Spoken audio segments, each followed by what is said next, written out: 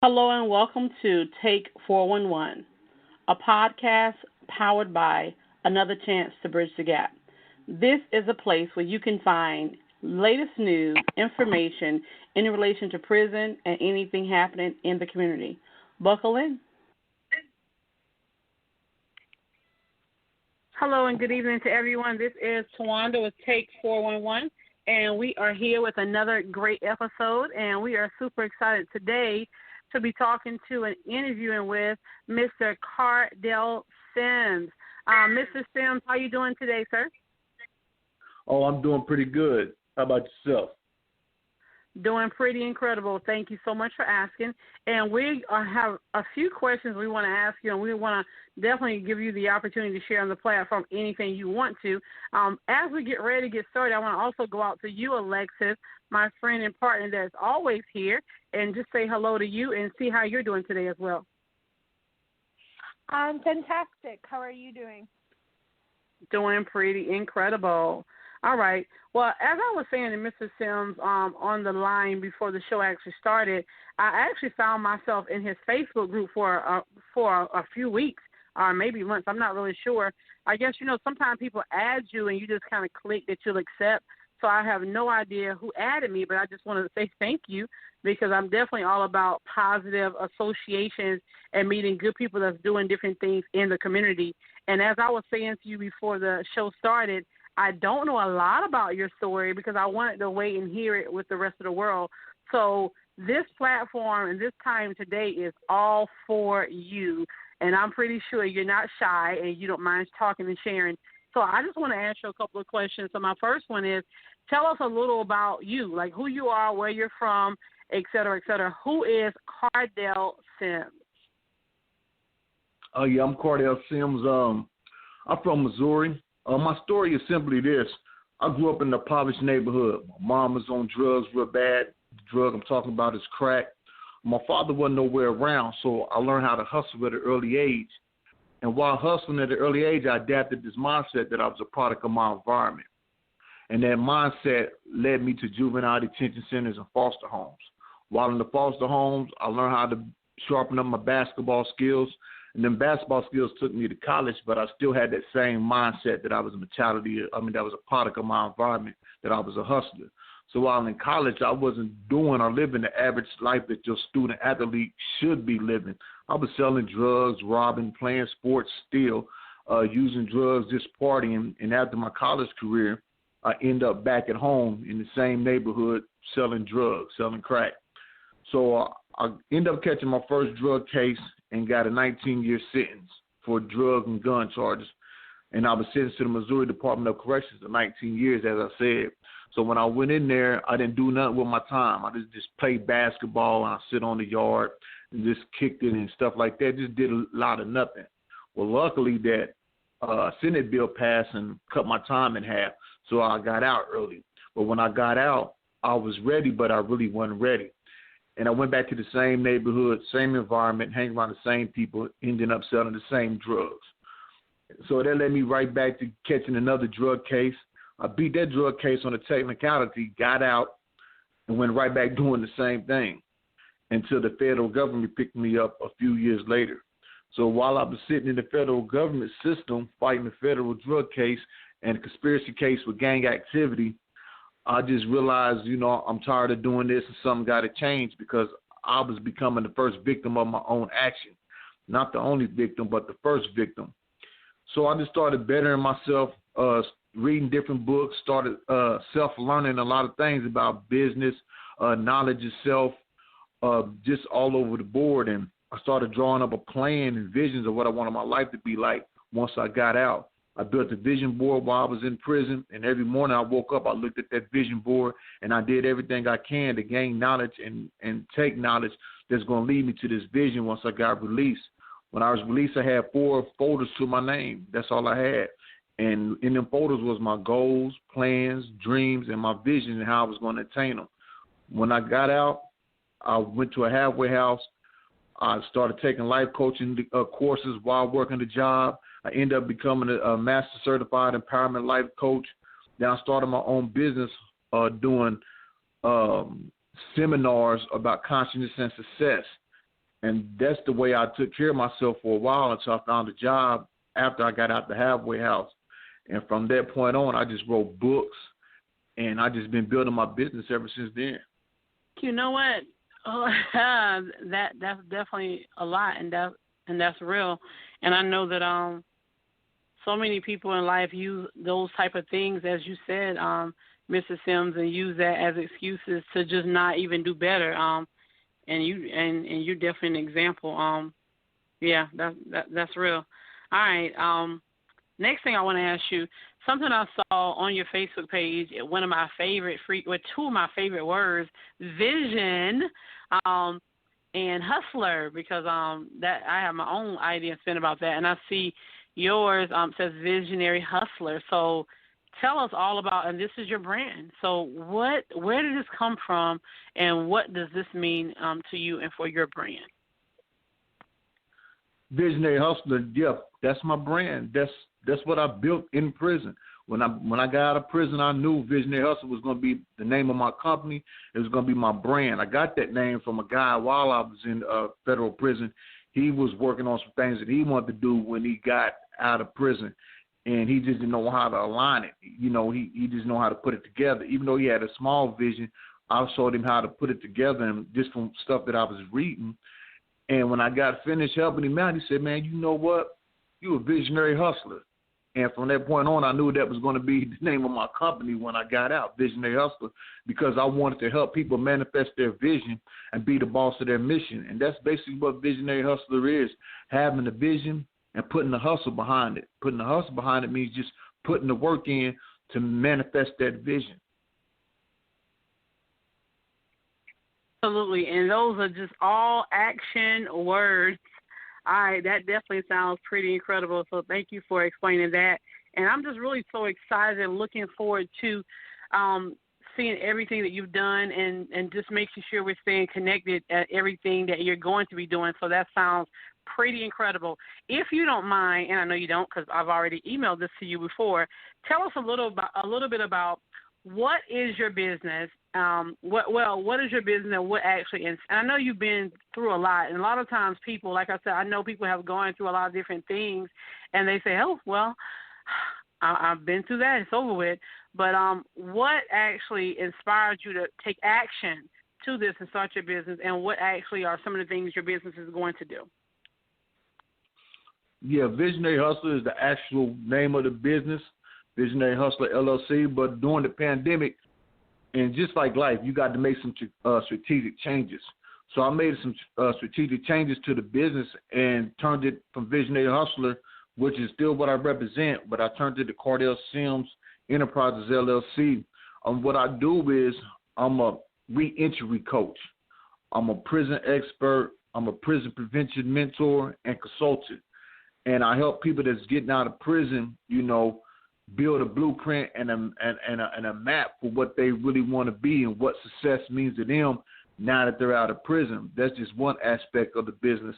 Another aspect of the business is prison prevention, where I meet with teens that's, you know, got at-risk youth, you know, and really sit down and be a mentor to them so they don't end up being in prison or going to prison as well. And being a new number to the system. Outside of that, I'm a speaker. I do workshops as well within my business, and an author. That's what all my business entails.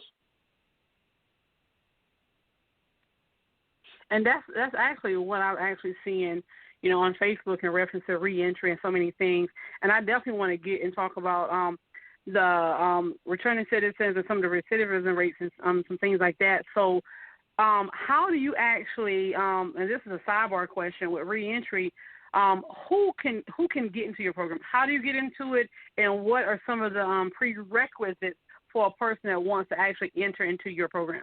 The main thing about getting in the program is that you're really sincere about working on you and making a change and not going back to prison. If you're not really that serious about yourself and working on self, then most likely, no matter what resources I provide for you, you're not going to be successful in it because you're not working on self.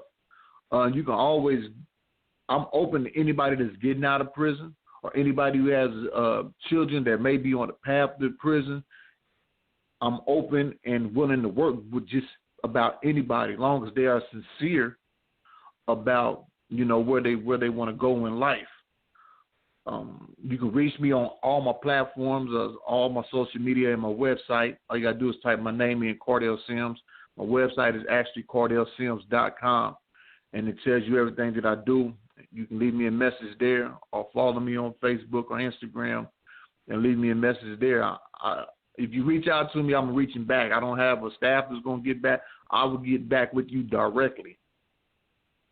Absolutely, absolutely. Now, let me go back and ask you, before I talk to you about a little bit about the goals and things you want to do before the year ends, share a little bit about, like, growing up in childhood, because we know a lot of times people talk about their childhood, different things you've actually been through, like you talked about foster care and so on and so forth. When you were a kid, right, what were some of the things going on through your mind? What were you inspired to be when I grow up, I want to be this or that? What was actually on your mind at that time as a kid? I mean, at a certain, when I was young, preteens, I wanted to be like Run DMC. I wanted to be Run DMC. That's just what it was. I wanted to make music, and I always had a passion for music, and it played a part in my life once I got older as well, because I ended up doing that route as well when I was out there in the streets. But once I became a teenager, life hit different when you find out that your mom's on drugs. Christmas ain't what you think it is or what it used to be. Things are looking hard. So I just wanted to be like my cousins and other people that I knew in the streets that was making money because they had stuff that they wanted. Mhm. Absolutely. All right. Hey, can you do some beat bopping? No, I can't do no beatboxing. I can rap, but I can't do no beatboxing. Oh, you can? All right. Okay, that definitely sounds like a winner. Yeah, and has anyone ever told you? I'm pretty sure they have. Your name is you got a good name. Like, your name sounds kind of expensive. Kardell Sims, visionary hustler. No one ever told me that, but I'm glad it does sound kind of expensive, as you say, because that's a good thing, because you can have the right name to get into places, a name that someone can trust. I'm glad that's the kind of name. Absolutely. And I just want to talk. I know Alexis has a few questions that she wants to ask. I just want to kind of dissect a few of the things that I see that's on your Facebook. And one thing that's important is a lot. You know how on Facebook, for example, I'm not sure how long you guys have. Oh, it says you joined in 2009. You know how? Have you ever heard the saying before? And I'm sure you probably have, that you can tell what's going on in somebody's life by just going to Facebook. Have you heard that before, Kardell? Indeed. Yeah, I heard that. and do you agree with that? Yeah, I agree with that. I believe that your Facebook is a representation of you. It's a representation of your thoughts. Your thoughts is a representation of you. It's going to show who you are. Absolutely. And when I was in your group and I was listening to the video that you did, I went to your Facebook and I saw the back cover, and it had your book. It said, "Inmate to Inspiration: How I Freed Myself from Self-Destruction." And I said, wow, that's powerful. And I like the cover, too. Definitely, that's powerful. And then I saw on the intro what you have here. It says, "Today's footprints is tomorrow's legacy. Manifest your vision and be the boss of your mission." And once again, that's powerful. And even with the different things that you have here about reentry, and, when you say a public speaker and motivational coach, it's a speaker, author, and coach, I see that. So I definitely, I really enjoyed just going through your Facebook looking. And then you talked about HAVE, HAVE, hustle, attitude, vision, education, the keys to success. Now, tell us what that is. Is that a topic that you actually spoke on? Is that some type of part of your reentry program? What actually is HAVE? Yeah, you got to have it.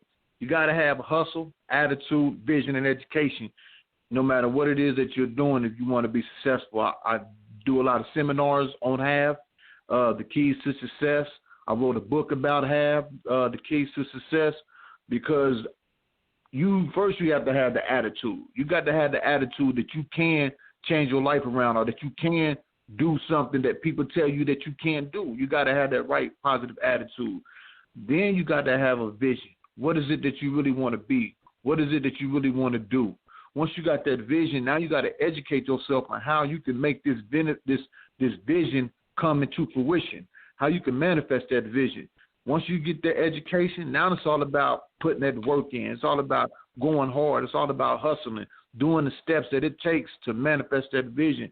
And with these 4 keys, like I say, you got to have it: hustle, attitude, vision, and education. Okay, absolutely. Well, we're going to go to break. When we come back, I want to talk to you a little about the books that you've written, and because I see I can, I will, I do, I am. And, again, loving this cover, and I want to definitely get more information about it. And then, Alexis, I promise I will let you ask him a couple of questions. I will not be too greedy. But this is Tawanda with Take 411, and we'll be right back. Today we're talking to Kardell Sims. He did not know he had an expensive name, but now he's going to be looking forward to cashing in on that. We'll be back.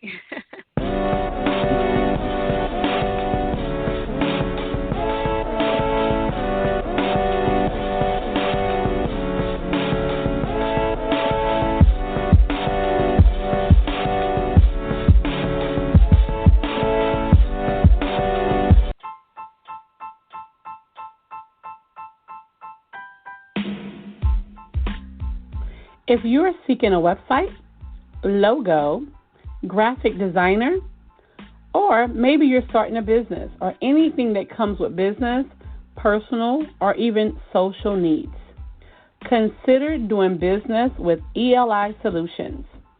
ELI has the solutions for you. The website address is wehavethesolution.org.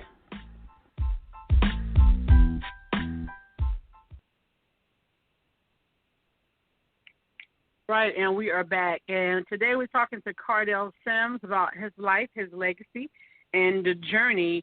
And the first thing I want to talk about is your book, Inmate to Inspiration. And I can only imagine what the book actually says. Definitely looking forward to purchasing a copy. Share with us, just if you could, a few points. I'm pretty sure what inspired you from the book, but a few things. When someone purchases this book, tell us 3 things that you're pretty sure they're going to get from it.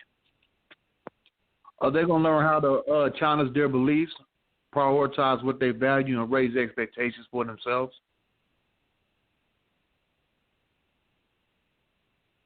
Okay. And where can this book be purchased at? Or you can purchase the book on Amazon, or you can purchase the book on my website. If you go through my website, you're getting the book actually from me. It comes with little things with the book, and you can get it from Amazon as well. Okay. And what is your website? My website is KardellSims.com. That expensive name. I was about to put that in there. And I said, let me just go to, okay, I clicked on your link tree. I clicked on your link tree. So I see, looks like at Kardell Sims is that your Instagram link? At I am Kardell Sims. I don't know. I got to figure all that out. All right, Inmate Inspiration book, that's under Linktree. Value assessment. Now, what is value assessment? What is that? Yeah, so like in my book, I talk about prioritizing what you value. And prioritizing what you value, align that with your values so you could be of value. So the value assessment is an exercise that you take. It's a spending exercise. So in the assessment, what you'll do is you'll get $10,000 to spend. You get a list of things that you spend it on. You can spend $10,000 on one thing, or you can break it down. Then we break down the top 3 things that you spend it on, or the one thing that you spend it on, however you spend it. And it's going to tell you about your values. And then I do one-on-ones, free consultations off that assessment to tell you about what the assessment says about where your values lies. Okay, definitely.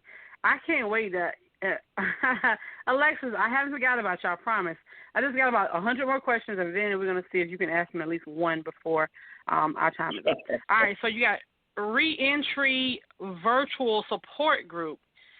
Tell me a little about that. Oh, yes, the Reentry Virtual Support Group is every Thursday night, 7:30 p.m. Central Time, via Zoom.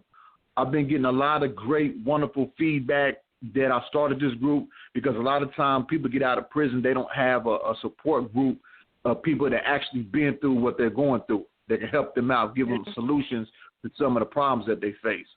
So I created that group for that purpose. The group just now starting over the last couple of weeks, but it's building, and that's basically what it is, a community of people that been through the system, that's gotten out, that did some positive things to help others who are getting out have a community to come through, and we can just be real with each other. Absolutely. Man, okay.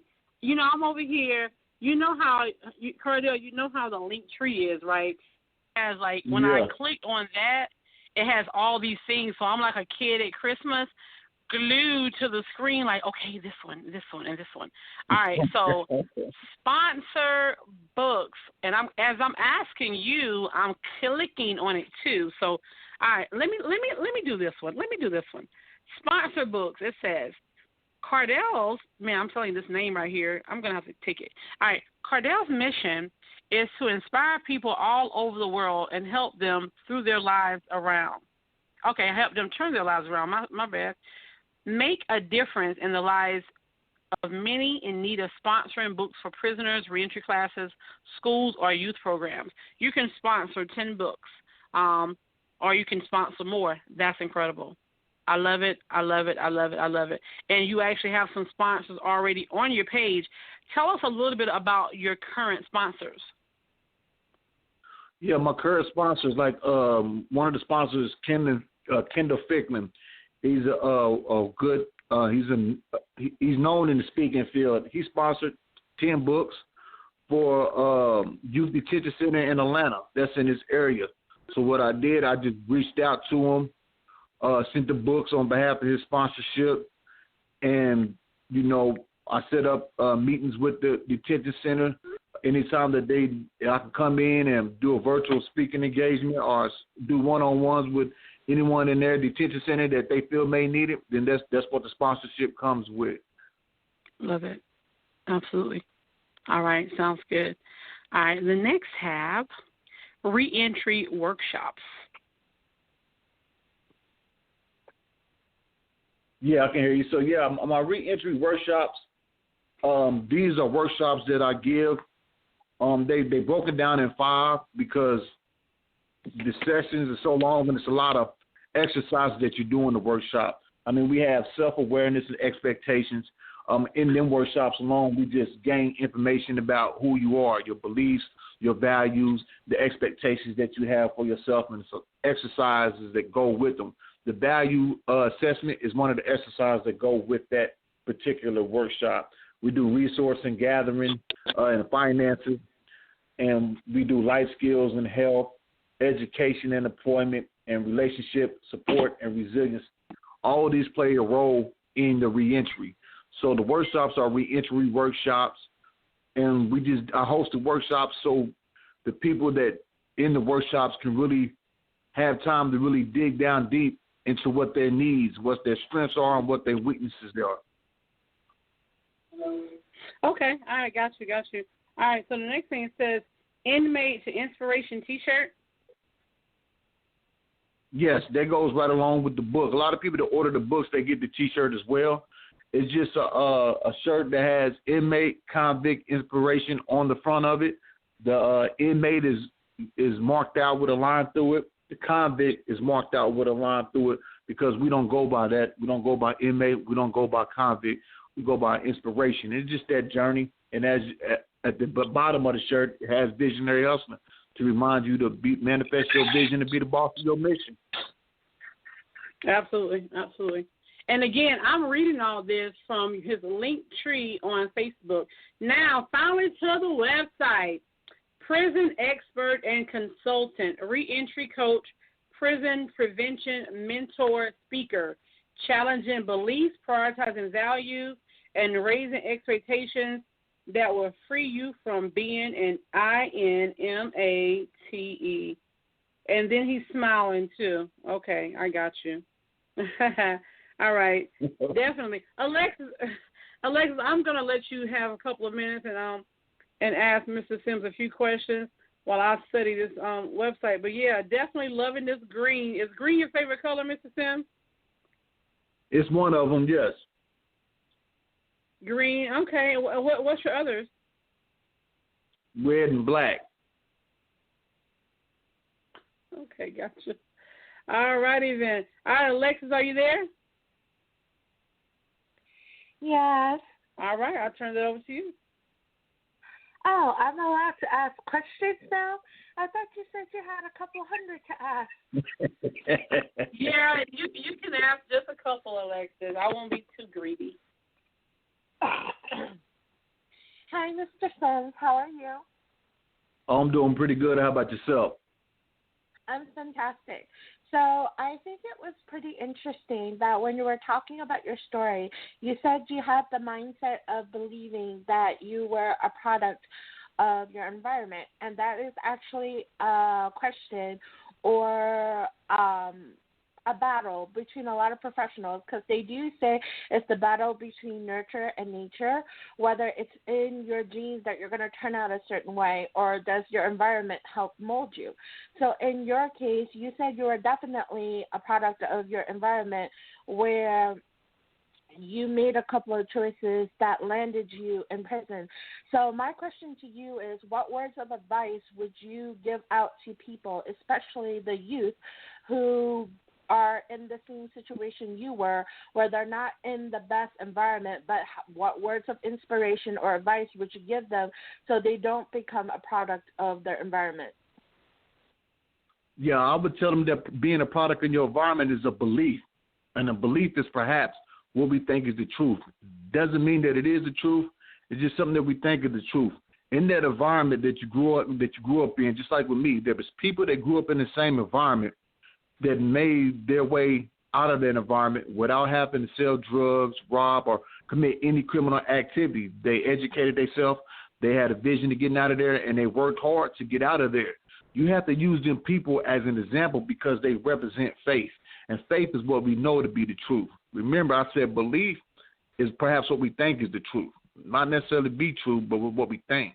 Faith is what we know. And when you see them people that's making it out of that environment, that didn't have to do illegal routes or activities to get out that environment, that's faith. And that faith shows and proves that you are not a product of your environment.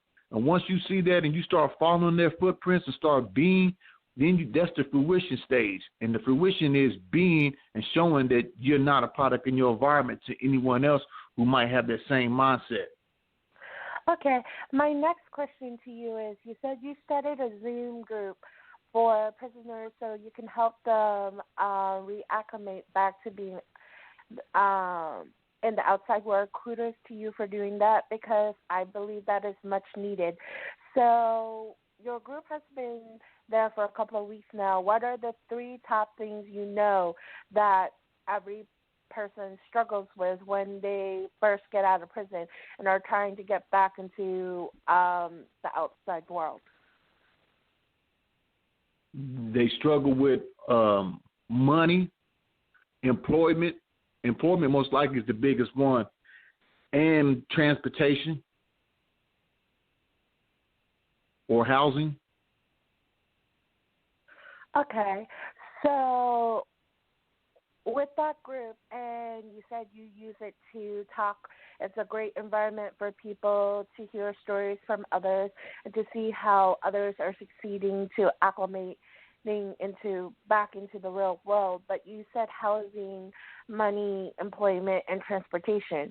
So do you offer any resources for the people in your group, so there's a way for them to find employment, housing, transportation, so they could be much more successful in the real world and not do something that will land them back in prison. So, yeah, with my group, with the people that's in the group is from different areas and locations. So if someone comes in the group, let's say they're from California, but I'm all the way in Missouri, but we have someone in the group from California, so they get out of prison. It's like, I'm fresh out of prison. I need to find out where I get the resources for clothing. Well, the person in California will be able to connect them to the places in California that can give them clothing, places like Salvation Army or Goodwill or other nonprofit organizations that allot clothing for people who are just getting out of prison or people who just need clothing, period. And that's the good thing about the group, that we have people from all over. So when you join the group, no matter where you come from or where you're getting out at or where you're located, we have people that you can connect to that's in that area and may know the specific exact place or where you need to go to get certain resources and what resources. Okay.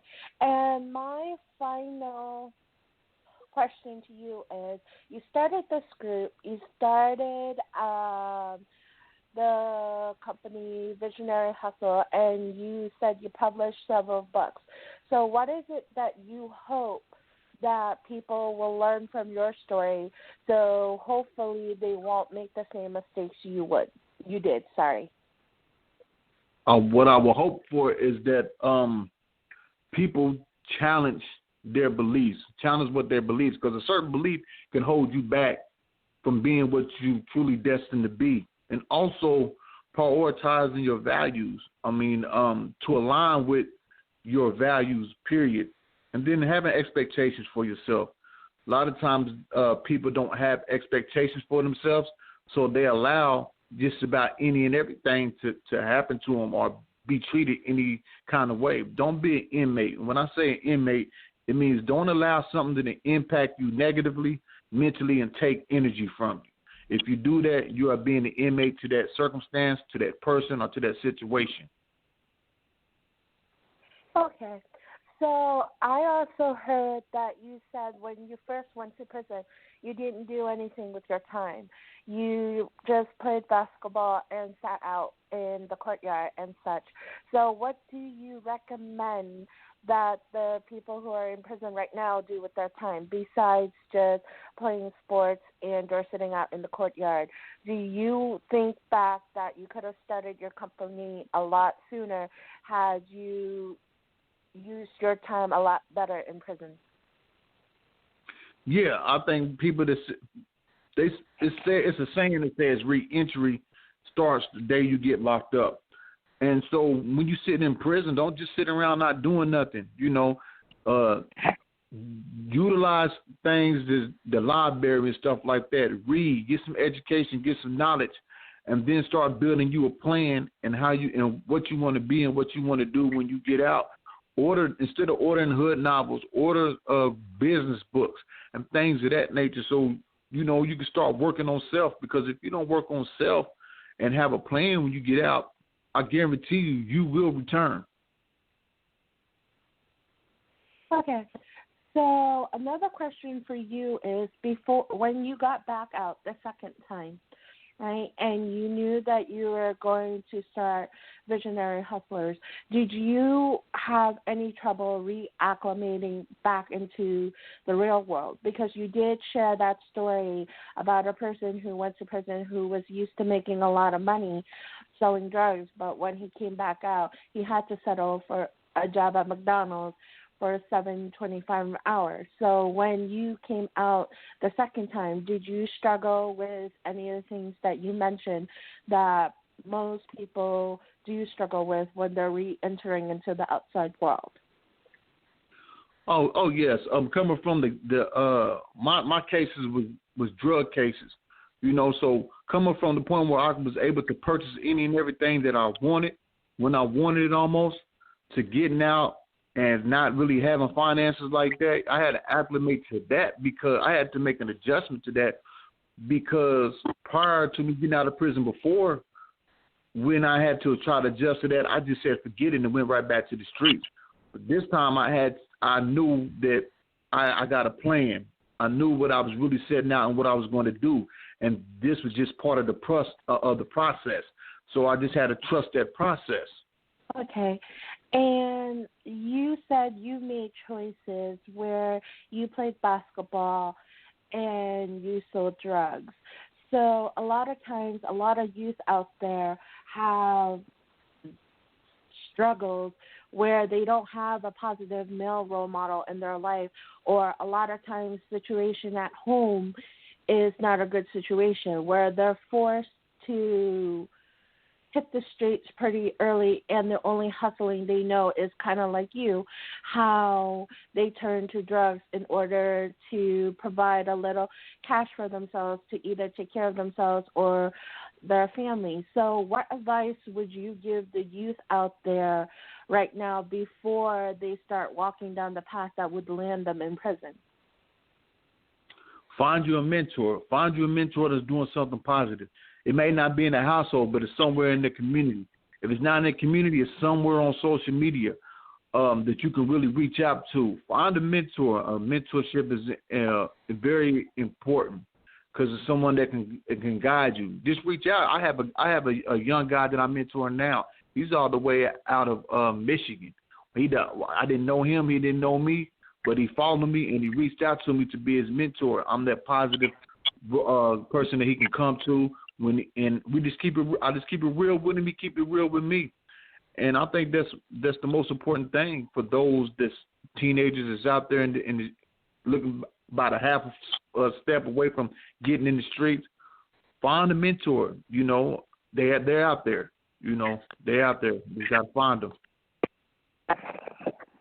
Okay, and when you re-entered into the world the second time, you started virtual hustling or hustler.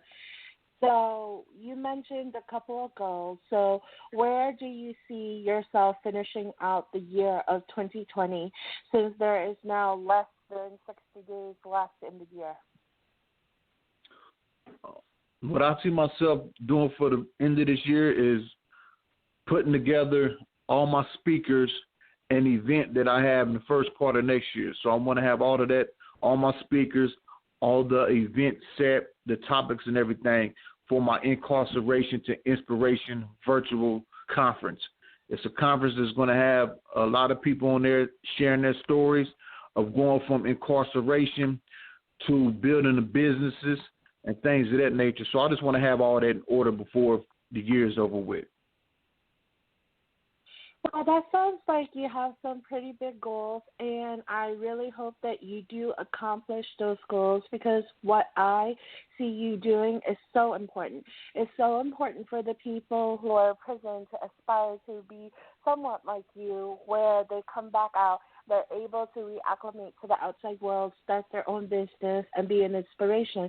But it's also an inspiration to the people where you coined the saying earlier in the interview where you said you are a product of your environment. So maybe the people who have similar environments to you definitely can look to you to say, yeah, he went to prison, I don't want to end up that way. But even if he came out of prison, he was able to turn his life around. So what is the final word of wisdom you would tell anybody out there who is looking to, aspire to be you, where they're coming back out, starting and trying to turn their life around? Just believe that it's possible. Have faith that it's possible that you can. And just manifest your vision and be the boss of your mission. I stress being the boss of your mission because at the end of the day, you control what it is that you get into, what it is that you want to do with yourself. So just be the boss of your mission. And if you're going to say be the boss of your mission, can you elaborate on that? Yeah, be the boss of your mission, whatever your vision is, a positive vision. Like me, I became the boss of my mission. I knew when I got out of prison, I wanted to be a speaker. I wanted to be a business owner.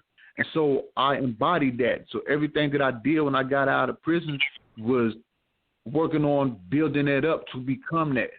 And I knew it was possible for me to do it. I just had to take ownership of it and become the boss of what it I wanted to be. Thank you so much for taking the time to join us here and for answering my questions. Tawanda, do you have any final questions for our guests? Of course. Just like when you go to church, for those that go, at the end you have to pass around the collection plate. So my only and final question for Mr. Sims is, how can people support your movement, your organization, what is needed, and how do people donate, give money, and so on and so forth? Tell us about that. Yeah, so, just support my movement. If you know anyone that's getting out of prison or gotten out of prison and they really don't know and they need some mentors, send them to my group, the Reentry Group on Facebook or my website. They can get in contact with me. As far as donations, I have a nonprofit organization that I'm a founder of as well, which goes back to building up my community that I helped destroy when I was out there in the streets selling drugs and in gang activity. So I got a nonprofit organization that I founded that's geared towards rebuilding that community back up. It's called the North Org.